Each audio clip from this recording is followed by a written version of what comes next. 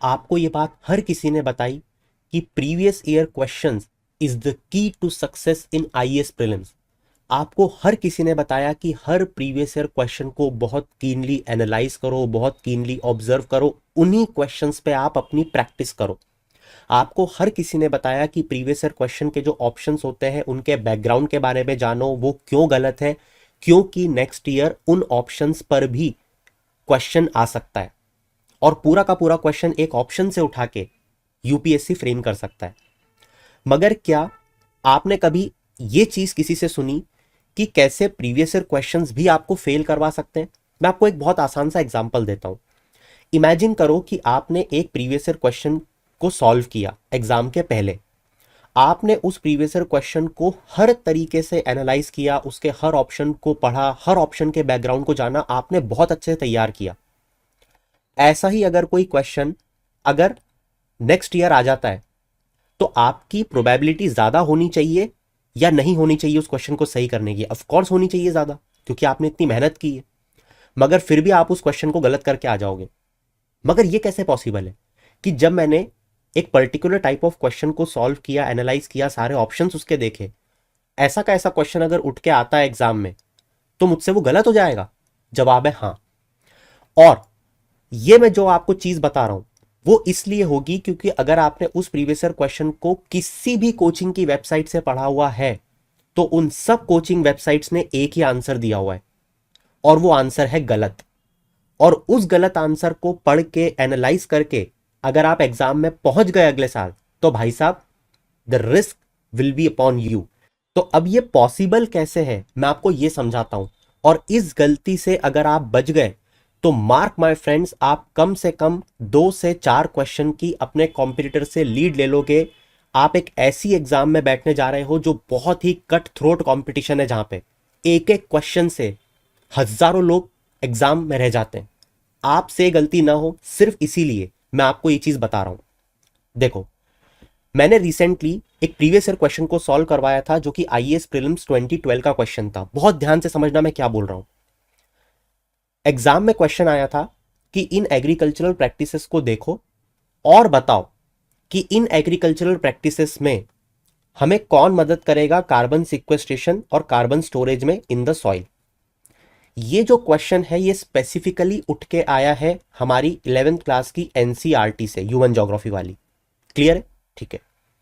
अब देखो, यहां पे जब आप इन एग्रीकल्चरल प्रैक्टिसेस को देखोगे, that is contour bunding, relay cropping और जीरो टिलेज, तो आपको एनसीईआरटी में यह बात कहीं नहीं बताई गई है कि ये जो दोनों तीनों मेथड्स हैं एग्रीकल्चरल प्रैक्टिसेस की, it will lead to carbon sequestration और कार्बन स्टोरेज। एग्जैक्टली, बिल्कुल शब्दों में। क्लियर? मगर वहां एनसीईआरटी में आपको यह बताया गया है कि कंटूर बंडिंग जो है वो सॉइल कंजर्वेशन टेक्निक है। लाइकवाइज रिले क्रॉपिंग जो है इसमें भी सॉइल फर्टिलिटी बढ़ती है या सॉइल फर्टिलिटी मेंटेन रहती है। ये सारी चीजें इसी के साथ साथ ये जो तीनों एग्रीकल्चरल प्रैक्टिसेस हैं, अगर आप इनको किसी भी रिसर्च पेपर से पढ़ोगे या किसी भी कुरुक्षेत्र मैगजीन जैसी गवर्नमेंट ऑथोराइज्ड मैगजीन से पढ़ोगे, और अगर आप चाहते हो तो मैं आपको उनकी लिंक भी शेयर कर दूंगा, उन सब जगह एक चीज मेंशन है कि कंटूर बंडिंग, क्योंकि यहां पे ये एक सॉइल कंजर्वेशन टेक्निक है तो ये हमें कार्बन स्टोरेज में मदद देती है। लाइकवाइज रिले क्रॉपिंग, जहां पे एक नई क्रॉप को लगा दिया जाता है पुरानी क्रॉप को पूरा निकाले बिना, इसका मतलब सॉइल पूरी तरीके से कवर रहती है। इसका मतलब यहां पे जो सॉइल फर्टिलिटी है वो मेंटेन रहती है। इवन कई बार तो ऑर्गेनिक मैटर का एक्यूमुलेशन भी हो जाता है। इस कारण से ये जो रिले क्रॉपिंग की एग्रीकल्चरल टेक्निक है ये भी हमें कार्बन सिक्वेस्ट्रेशन और स्टोरेज में मदद करती है। और जीरो टिलेज, जहां पे हमको जमीन को नहीं खोदना पड़ता, जब मैं किसी चीज को नहीं खोद रहा हूं, इसका मतलब मैं कार्बन को रिलीज होने से रोक रहा हूं। इसका मतलब क्या जीरो टिलेज भी मुझे कार्बन स्टोरेज में मदद कर रही है? जवाब है हां। अब आप एक चीज को बहुत कीनली ऑब्जर्व करो। अभी मैंने जब आपको जीरो टिलेज का ऑप्शन बताया तो उसमें हमने कैसा पढ़ा? उसमें हमने ये पढ़ा कि सॉइल जो है उसको अगर मैं नहीं खोद रहा हूं तो मैं कार्बन को निकलने से बचा रहा हूं। बिल्कुल उसी तरह इन दोनों टाइप ऑफ एग्रीकल्चरल प्रैक्टिसेस में भी तो अगर मैं कोई ऐसी चीज कर रहा हूं जिससे मैं कार्बन को निकलने से बचा रहा हूं, तो क्या वो मुझे कार्बन स्टोरेज और कार्बन सिक्वेस्ट्रेशन में मदद नहीं कर रही? जवाब है, कर रही है। क्लियर? तो अब आपको क्या करना है, अब आप ये देखो कि जितनी भी कोचिंग वेबसाइट्स हैं उन सब वेबसाइट्स पर इस क्वेश्चन का आंसर दिया हुआ है 3 ओनली। क्लियर? मगर अब आप गूगल का यूज करो, अब आप रिसर्च पेपर का यूज करो, अब आप कुरुक्षेत्र मैगजीन का यूज करो। जब आप गूगल पे टाइप करोगे, simply type does contour bunding which is an agricultural practice helps in carbon storage और कार्बन सिक्वेस्ट्रेशन, आपको जवाब मिलेगा यस। सेकंड क्वेश्चन टाइप करो, does relay cropping which is an agricultural practice helps in carbon storage और carbon sequestration, आपको जवाब मिलेगा yes. Likewise do the same for zero tillage, you will get the answer yes. अब आपके दिमाग में एक क्वेश्चन आना चाहिए कि जब कोचिंग वेबसाइट्स में मैं देख रहा हूं तो हर कोचिंग वेबसाइट ओनली 3 क्यों लगा रही है आंसर, और जब मैं गूगल पे सर्च कर रहा हूं तो यह भी बता रहा है कि कार्बन स्टोरेज में मदद करेगा, यह भी कार्बन स्टोरेज में मदद करेगा, यह भी करेगा। ऐसा क्यों हो रहा है?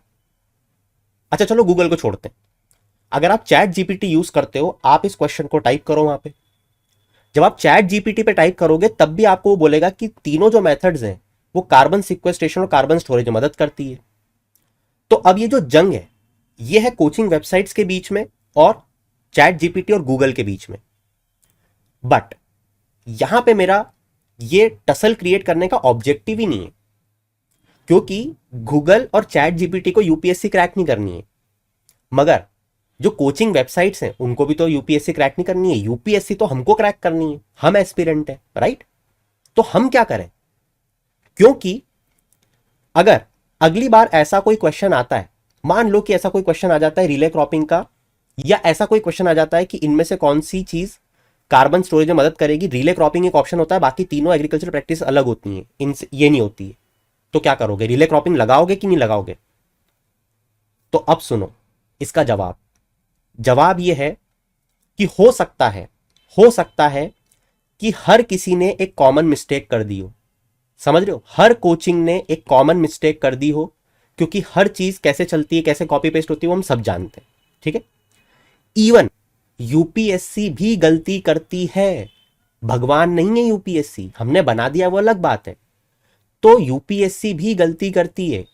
इवन अगर यूपीएससी ने भी गलती करी होती ना कि 3 ओनली आंसर दे दिया है, तो वो गलत है, ठीक है? तो उसे एक्सेप्ट करो, मगर अपनी मेथोडोलॉजी में चेंजेस मत लेके आओ, बी लॉजिकल। क्योंकि भले यूपीएससी ने गलती करी, अगर यूपीएससी अगली बार कोई अलग तरीके का क्वेश्चन फ्रेम करेगी ना, तो उसमें वो बिल्कुल बोल देंगे कि रिले क्रॉपिंग जो है वो कार्बन स्टोरेज में मदद करती है। समझ रहे हो? तो हमको फ्यूचर के लिए रेडी होना है, हमको हमारे कॉन्सेप्ट बिल्ड करने हैं, हमको क्वेश्चन रटना नहीं है। क्लियर है सबको बात? और गूगल पे सर्च करके हर कोई देखना, और कोचिंग वेबसाइट्स पे सर्च करके देखना, ताकि आपको एक चीज समझ आए जो मैं समझा रहा हूं, कि अगली बार अगर क्वेश्चन आएगा तो कंटूर बंडिंग, रिले क्रॉपिंग और जीरो टिलेज को वो मानेंगे कि कार्बन स्टोरेज में हमें मदद करती है, क्योंकि वो एक्चुअली में करती हैं। इसे इस तरीके से भी देखा जा सकता है कि जीरो टिलेज, जिसमें कार्बन एमिट होने से हम बचा रहे हैं, अगर ये मदद करती है तो ये भी करेगी ही करेगी।